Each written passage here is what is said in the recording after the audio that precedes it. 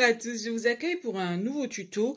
Alors j'en profite, vous voyez, d'avoir un peu de mousse expansive ouverte pour remasteriser un de mes anciens projets. C'était une cascade, hein, vous le voyez. Donc là on va réaliser une cascade, mais ce coup-ci une fausse cascade, voilà. Et j'en profite pour remasteriser en fait ce projet.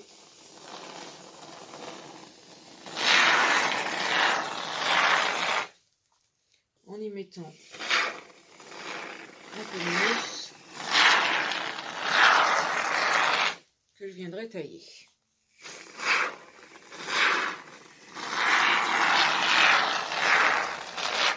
Et là, on voit quand même l'évolution de ses propres travaux au fil des années.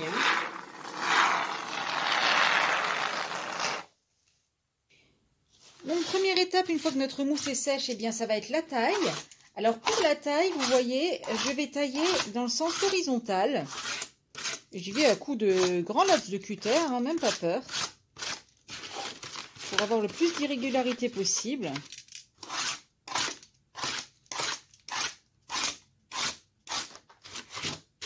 Voilà, ça va sauter tout seul.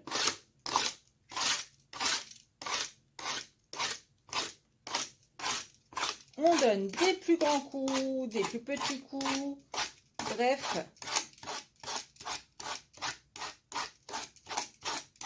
On n'a pas peur de tailler. Vous voyez, le but c'est ça, c'est d'obtenir cet effet-là. Vous voyez cet effet de couche comme un peu sur les trucs type canyon et tout ça. C'est plus d'obtenir cet effet-là sur cette cascade. Alors, un petit plan, regardez, pour vous montrer la différence entre le côté taillé et le côté non taillé. Vous voyez, même déjà, sans la mise en peinture, on a vraiment fait ressortir un maximum de relief grâce à simplement des coups de cutter. Et vous avez vu, il n'y a pas besoin de se concentrer. Et je l'ai même fait avec la main gauche pour vous le montrer. Ça veut dire que, pas d'excuse, si vous me dites que vous avez deux mains gauches, comme j'ai dit quelque part sur un groupe, il n'y a pas d'excuse. Je travaille avec la main gauche et j'y arrive aussi. Pour la suite de ce tuto, on fait un jus de peinture, donc de l'acrylique avec beaucoup d'eau, et on s'en sert pour faire ressortir tout ce qui est les reliefs négatifs. Vous commencez à connaître, je vous l'ai montré ça dans tous les derniers tutos. Voilà, donc on essaye de bien la faire pénétrer partout. Et pour cette cascade, j'essaierai donc d'éteindre plutôt dans les brins ocre. Et un peu de vert aussi. On va voir ce que ça donnera. Voilà, donc ça, vous le faites bien sur la totalité de votre cascade. Alors, à ce stade-là, j'ai fait mon jus de brun, mon jus de noir. Et puis là, je fais des petits mélanges de différentes teintes. Alors là, par exemple, il y a du jaune, du orange, un peu de brun, un peu de noir. Pour faire ce genre d'ocre. Voilà, j'en fais un peu partout. Parce que j'ai pas fait énormément de préparation, c'est pour varier vraiment les teintes sur ma cascade.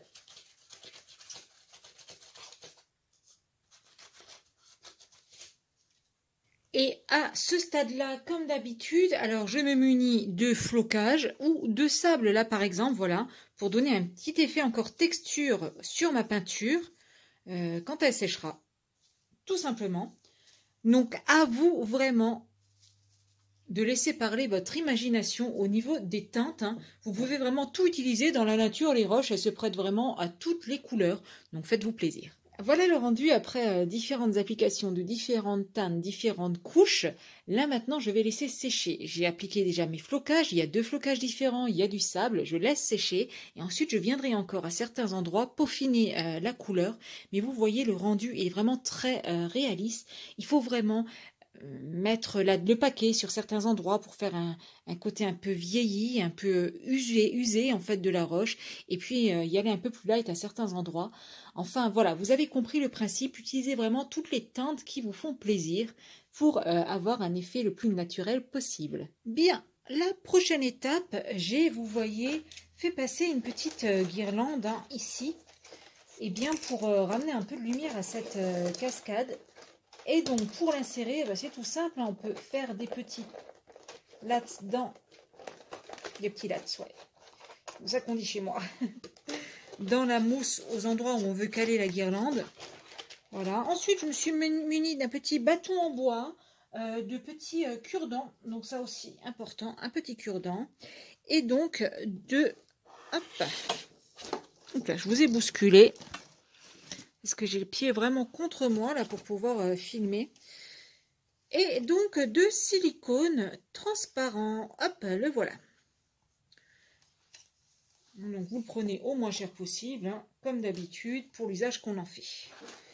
Donc, vous le voyez ici, j'ai travaillé au centre exactement comme le reste de la pierre. Et donc, eh bien, c'est une cascade. Alors, on va faire cascader du silicone un peu partout.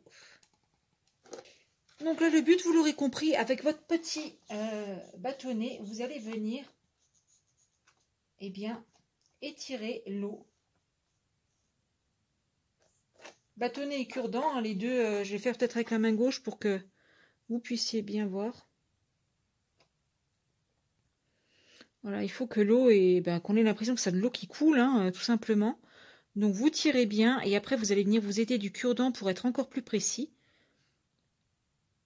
Voilà.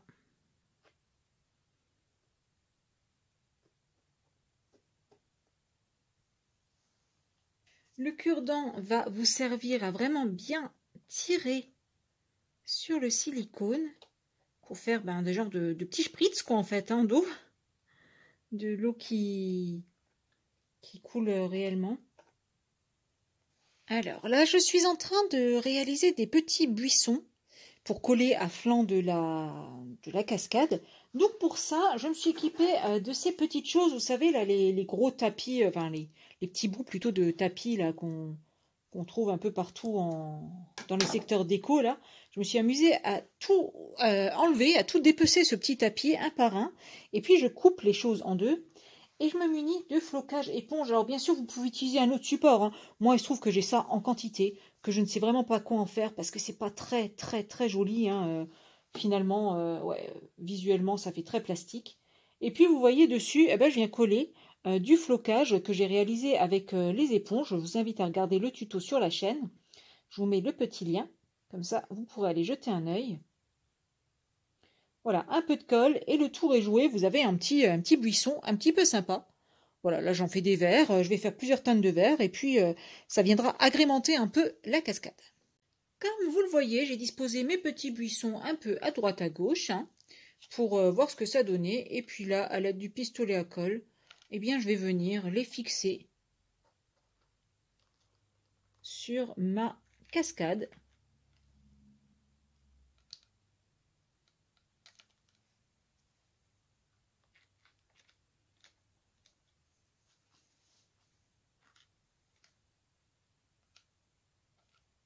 Vous pouvez agrémenter de plusieurs types de feuillage, hein, bien sûr.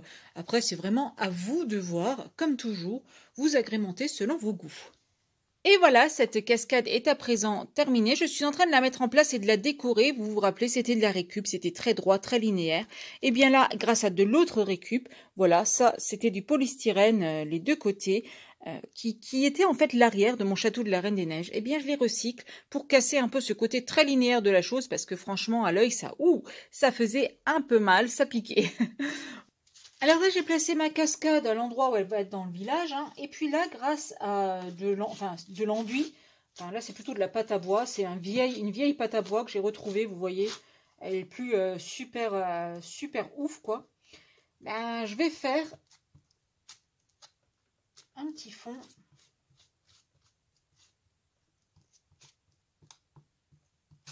irrégulier pour mon petit lac qui va accueillir cette cascade quoi. Une fois l'enduit posé, vous allez pouvoir texturer. Alors pour ça, vous voyez, j'ai des petits gravillons, hein. Et là, j'utilise simplement du sable, hein, aussi, voilà. Bien sûr, on viendra retirer tout l'excédent ensuite. Et là, pour le coup, j'en profite d'avoir mon pot de sable à proximité pour texturer là, le reste de la zone du bord du bassin. Comme ça sera fait. Et puis, de toute façon, ça sera recouvert de sable aussi ici. Alors là, j'utilise de la colle en bombe. Et là, vous allez me dire, mais elle est folle, ça va bouffer le polystyrène. Bah oui, je sais. Et c'est justement ce que je recherche parce que, regardez, hop, sans m'être embêté à rien, Ah ben là, on a une belle forme grâce à la colle qui a bouffé le polystyrène. Parce que oui, il y a des fois où ça va nous arranger, hein, faut le dire clairement. Donc, on peut y aller. Hop. Là, après avoir peint le fond de mon lac, j'ai mis du silicone que je suis en train de travailler à l'aide d'une eau savonneuse, donc de l'eau et beaucoup de liquide vaisselle, hein, voilà. Et vous allez venir travailler votre silicone en y faisant des impressions de vaguelettes. Voilà, vu que l'eau arrive de la cascade, donc là vous voyez, il en manque encore du silicone que je vais rajouter.